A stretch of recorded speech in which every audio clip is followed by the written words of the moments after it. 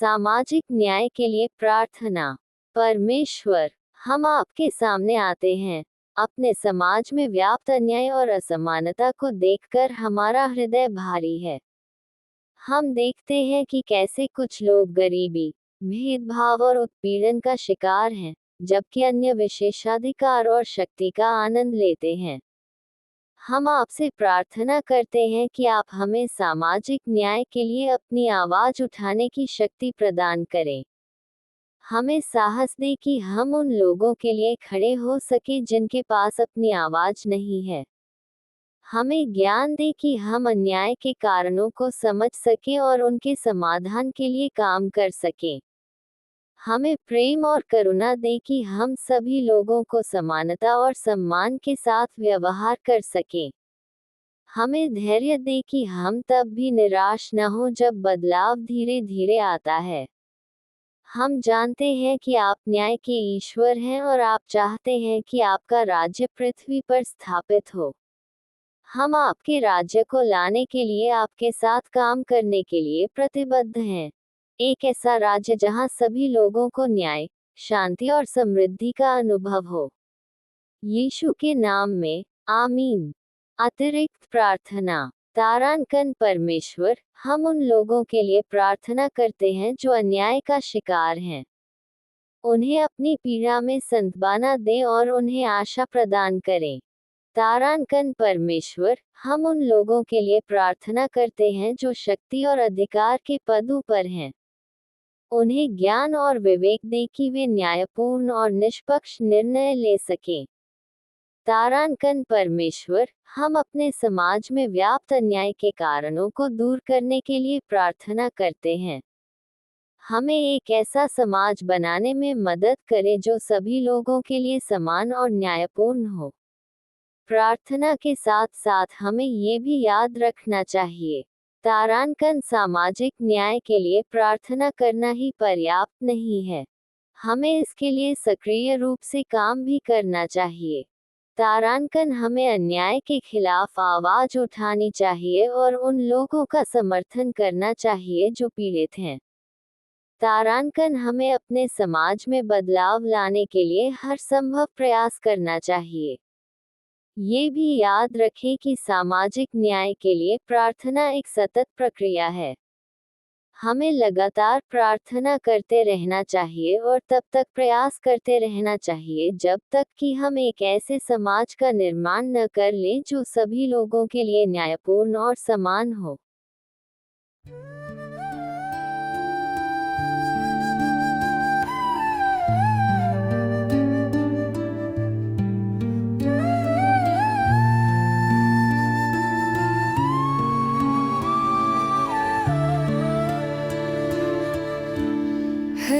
यीशु की पवित्र हृदय, हर दुख को तूने अपनाया। तेरे प्रेम में है शक्ति अनंत, के हर घाव को तूने सहलाया। तेरे चरणों में है शांति गहरी, हर दर्द में तेरा साथ पाया। तेरी ममता की छाँव में जीऊं, हर घड़ी तुझसे आशा लाया। है यीशु तू मेरा प्रकाश, अंधेरों में तूने दिखाया रास्ता।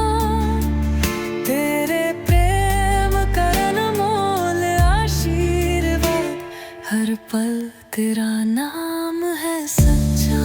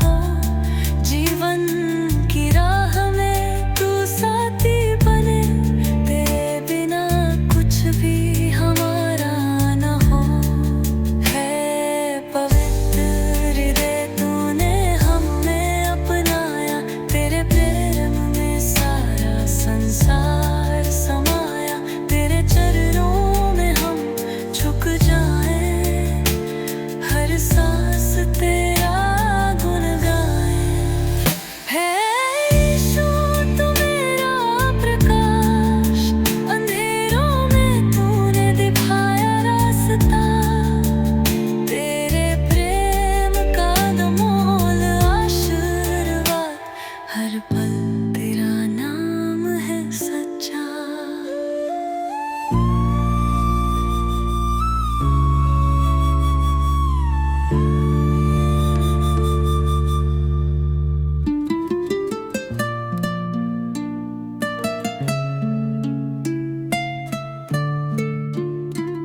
प्रिय प्यारे परिवार, प्रिय प्यारे भाइयों बहनों, बच्चों व युवाओं, मैं बहन सरला तिर्की हूँ। आज जून का 29वां दिन है। पवित्र तृत्व, यीशु ख्रीस्त का शरीर और रक्त का पर्व। मैं प्रभु की आवाज मंत्रालय, बलरामपुर जिले, छत्तीसगढ़ राज्य से आई हूँ। मैं जबूट के माध्यम से सम्मानित करती हूँ। समाचार का अर्थ। अहमदाबाद हवाई अड्डे से 12 जून 2025 को दोपहर 1:38 पर लंदन के गेटविक हवाई अड्डे के लिए उड़ा एयर इंडिया का विमान 1 मिनट के अंदर ही क्रैश हो गया। इस बोइंग ड्रीमलाइनर एयरक्राफ्ट में मौजूद 242 में से 241 लोगों की मौत हो गई। सिर्फ एक शख्स चमत्कारिक रूप से बच गया। इस हादसे में जमीन पर विमान की चपेट में भी कुछ लोग आए और कुल मिलाकर कम से कम 270 लोगों की मौतें हुई हैं। विमान एक मेडिकल कॉलेज के हॉस्टल पर जाकर गिरा था और वहां भी कई लोगों की जान गई। ये भारत के सबसे भयानक विमान हादसों में एक है। इससे पहले अगस्त 2020 में एयर इंडिया एक्सप्रेस का बोइंग 737 कोझिकोड में रनवे पर करते हुए खाई में जा गिरा था। इसके कारण 18 लोगों की मौत हो गई थी। प्रथम बाइबल पद पर बोले। संत याकूब का पत्र अध्याय 1 पद संख्या 5 में बोले, पर यदि तुम में से किसी को बुद्धि की घटी हो, तो परमेश्वर से मांगो, जो बिना उलाहना दिए सबको उदारता से देता है, और उसको दी जाएगी। अर्थ, ये पद हमें सिखाता है कि जब हमें बुद्धि की आवश्यकता होती है, तो हमें परमेश्वर से मांगना चाहिए। परमेश्वर उदारता से और बिना किसी प्रकार की आलोचना या उलाहना के देते हैं।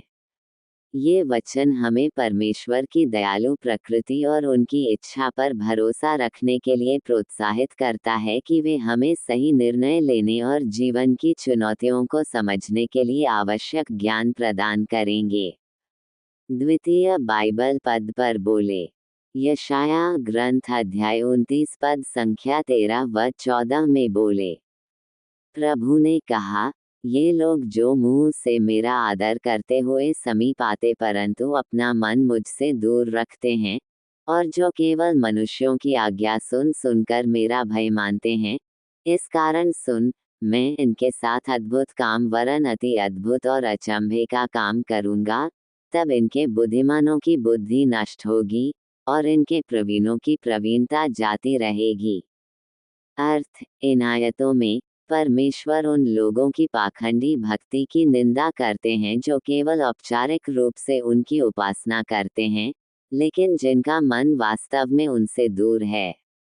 उनका आदर सच्चा नहीं है, बल्कि केवल मानवीय शिक्षाओं और परंपराओं पर आधारित है। परिणामस्वरूप, परमेश्वर घोषणा करते हैं कि वे एक ऐसा अद्भुत कार्य करेंगे जिससे उन तथाकथित बुद्धिमानों की मानवीय बुद्धि और समझ नष्ट हो जाएगी। ये परमेश्वर की न्यायप्रियता और सच्ची भक्ति की आवश्यकता पर जोर देता है, जो बाहरी दिखावे से नहीं बल्कि हृदय की ईमानदारी से आती है। तृतीय बाइबल पद पर बोले। द्वितीय तिमोथी अध्याय 4 पद संख्या 7 व 8 में बोले, मैं अच्छी कुश्ती लड़ चुका हूँ, मैंने अपनी दौड़ पूरी कर ली है, मैंने विश्वास की रखवाली की है। भविष्य में मेरे लिए धार्मिकता का वह मुकुट रखा हुआ है, जिसे प्रभु, जो धर्मी और न्याय है, मुझे उस दिन देगा, और मुझे ही नहीं, वरन उन सबको भी, जो उसके प्रकट होने को प्रिय जानते हैं। छोटा अर्थ, मैंने विश्वास की अच्छी लड़ाई लड़ी है, अपनी दौड़ पूरी की है, और विश्वास बनाए रखा है। अब धर्मी न्याय प्रभु मुझे और सभी विश्वासियों को धर्म का मुकुट देंगे। चतुर्थ बाइबल पद पर बोले। एफेसियों का नाम अध्याय 4 पद संख्या 32 में बोले। एक दूसरे पर कृपालु और करुणामय हो, और जैसे परमेश्वर ने मसीह में तुम्हारे अपराध क्षमा किए, वैसे ही तुम भी एक दूसरे के अपराध क्षमा करो। छोटा अर्थ, एक दूसरे पर दयालु और करुणामय बनो, और एक दूसरे को क्षमा करो, जैसे परमेश्वर ने तुम्हें क्षमा किया है। आखिरी बाइबल पद पर बोले। यहोशू ग्रंथ अध्याय 1 पद संख्या 9 में बोले। क्या मैंने तुझे आज्ञा नहीं दी? हिया बांधकर दृढ़ हो जा, भय न खा, और तेरा मन कच्चा न हो, क्योंकि जहाँ जहाँ तू जाएगा वहाँ वहाँ तेरा परमेश्वर यहोवा तेरे संग रहेगा। अर्थ, ये पद परमेश्वर का यहोशू को दिया गया एक शक्तिशाली प्रोत्साहन और आश्वासन है जब वह इस्राएलियों का नेतृत्व करने वाला था। परमेश्वर उसे दृढ़ और साहसी होने की आज्ञा देते हैं, क्योंकि उसे डरने या घबराने की कोई आवश्यकता नहीं है। इस आज्ञा के साथ एक अद्भुत वादा जुड़ा है, जहाँ कहीं तू जाए, तेरा परमेश्वर यहोवा तेरे संग रहेगा। ये पद उन सभी के लिए एक महान प्रेरणा है जो किसी चुनौती का सामना कर रहे हैं। ये याद दिलाता है कि परमेश्वर की उपस्थिति उनकी सबसे बड़ी शक्ति है। आइए प्रार्थना करें। हे माता मरियम, हे संत जोसफ, हे संत पिता लियो 14वें, हे यीशु की पवित्र हृदय। आज जून है। ये वर्ष 2025 का छठ महीना है।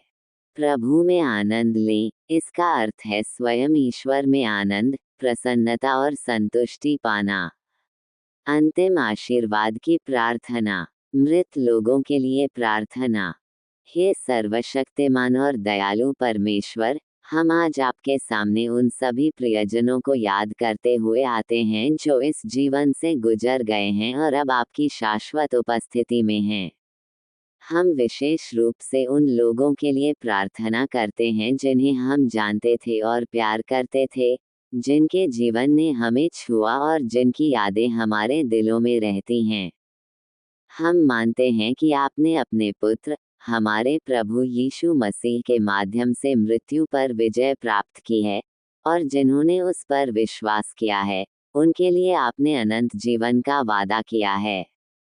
हम भरोसा करते हैं कि आपके प्रेम और दया असीम हैं। हम विनम्रतापूर्वक आपसे प्रार्थना करते हैं कि आप उन सभी मृतक विश्वासियों को अपनी करुणा में स्वीकार करें। उन्हें उनके पापों को क्षमा करें और उन्हें अपने स्वर्गिक राज्य में अनंत शांति और आनंद दें। उन्हें आपके चेहरे के प्रकाश में रहने दें और उन सभी के साथ मिलकर आपकी स्तुति करें जो आपसे पहले गए हैं। प्रभु, उन लोगों को भी सांत्वना दे जो अपने प्रियजनों के खोने का शोक मना रहे हैं। उन्हें आपकी शांति और आशा से भर दें, ये जानकर कि मृत्यु अंतिम नहीं है, और आपके पुनरुत्थान के माध्यम से हम सभी को एक दिन फिर से मिलेंगे। हमें अनुग्रह दे कि हम ऐसा जीवन जिएं जो आपको प्रसन्न करे, ताकि जब हमारा समय आए, तो हम भी आपके साथ अनंत जीवन में प्रवेश कर सकें। हम ये प्रार्थना अपने प्रभु यीशु मसीह के नाम से करते हैं, जो जीवित हैं और राज्य करते हैं, आपके और पवित्र आत्मा के साथ, एक परमेश्वर, युगानुयुग। आमीन। मेरे YouTube चैनल को न भूलें।